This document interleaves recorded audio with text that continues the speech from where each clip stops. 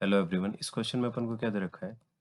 F of x define है 2 plus x when x is greater than equals to 0, f of x equals to 4 minus x when x less than 0। तो अपन को composition F of x बताना है।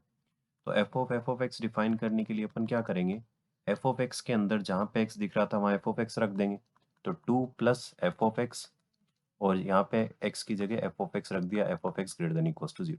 इसी तरीके से 4 minus f of x less than 0। अब अपन को पता है कि जो ओरिजिनली एफ ऑफ एक्स अपने पास प्रेजेंट है उसकी दो दो ब्रांचेज है। तो वन बाय वन अपन एक काम करते हैं, ब्रांचेज उठा के रखते हैं। पहले अपन ने ये वाली ब्रांच उठाई और इसको उठा के इन दोनों में रख दी, पहले इसमें फिर इसमें। तो देखो क्या बनेगा, 2 प्लस एक्स रखा जाएगा, और यहाँ पे भी एफ ऑफ एक्स है इस जगह, तो इस जगह भी रखो 2 plus x greater than equals to 0। अब देखो एफ ऑफ एक्स को उठा के रख रहे हो, ये एक्सप्रेशन यहाँ से यहाँ रख रहे हो, तो जो रख रहे हो वो क्वांटिटी वो भी डिफाइन होनी चाहिए। तो उस पर भी कंडीशन है कि वो डिफाइन कब हो रहा है, x greater than equals to 0 के लिए। तो साथ में ये भी आएगा x greater than equals to 0। अब इसी तरीके से दूसरी वाली ब्रांच को उठा के रखेंगे इसमें, एफ ऑफ एक्स की जगह तो रखो यहाँ पे, तो क्या बनेगा 2 plus 4 minus x.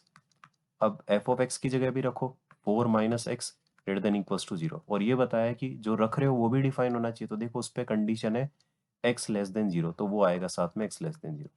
Similar logic से अपन अब इस ब्रांच 2 में रखेंगे वन बाय वन उठा के। तो 4 माइनस, देखो 4 minus x F of x है ना, इसमें उठा के वो पहले वाली ब्रांच रखो, फिर ये दूसरे वाली ब्रांच रखो, तो क्या बनेगा 4 - 2 + x। और F of x less than 0 है यहाँ पे, तो एफ ऑफ एक्स की जगह रखा जाएगा 2 + x लेस देन 0, और उसके साथ में आएगा x greater than equals to 0, कि जो रख रहे हो वो भी तो डिफाइन होना चाहिए। फिर दूसरी ब्रांच को उठा के इसकी दूसरी ब्रांच में रखो, तो 4 - 4 - x। तो एफ ऑफ एक्स की जगह, ये एफ ऑफ एक्स देखो यहाँ पे एफ ऑफ एक्स है, एफ ऑफ एक्स की जगह रखा जाएगा 4 - x लेस देन 0, और जो रख रहे हो वो भी डिफाइन होना चाहिए था एक्स लेस देन 0।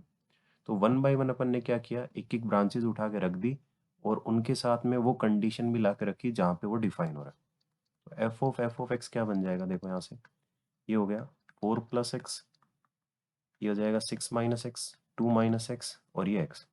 और इन पे x पे क्या कंडीशन है वो देखो, यहाँ पे बोल रहा है ये कि x greater than equals to -2 and x greater than equals to 0, ये बोल रहा है।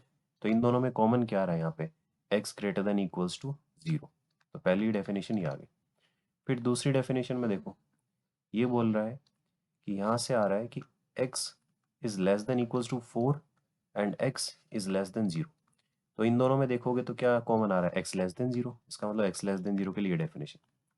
फिर इस पे आओ, फिर तीसरे वाली ब्रांच में अगर देखें तो ये कह रहा है कि x less than -2 and x greater than equals to 0। तो इसमें तो कोई भी कॉमन नहीं है, तो ये x बिलोंग्स टू 5, यहाँ से कुछ भी नहीं आएगा।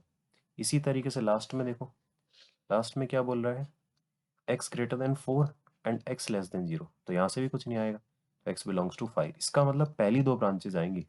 एफ ऑफ एक्स का जो डेफिनेशन बनेगा वो क्या आ जाएगा, x + 4 जब x क्या हो ग्रेटर देन इक्वल्स टू 0, और x लेस देन 0 के लिए 6 - x। अब देखो ये इक्वालिटी चाहे यहाँ लगाओ चाहे यहाँ लगाओ, वो डिसाइड किससे होगा, वो डिसाइड होगा ओरिजिनल एक्सप्रेशन से, ठीक है ना। वैसे यहाँ पे कंटिन्यूस फंक्शन नहीं है, तो इसलिए इनइक्वालिटी का ध्यान रखना कि पहले वाले में ही आएगा ये, ठीक है ना। तो ये आंसर हो जाएगा इसका।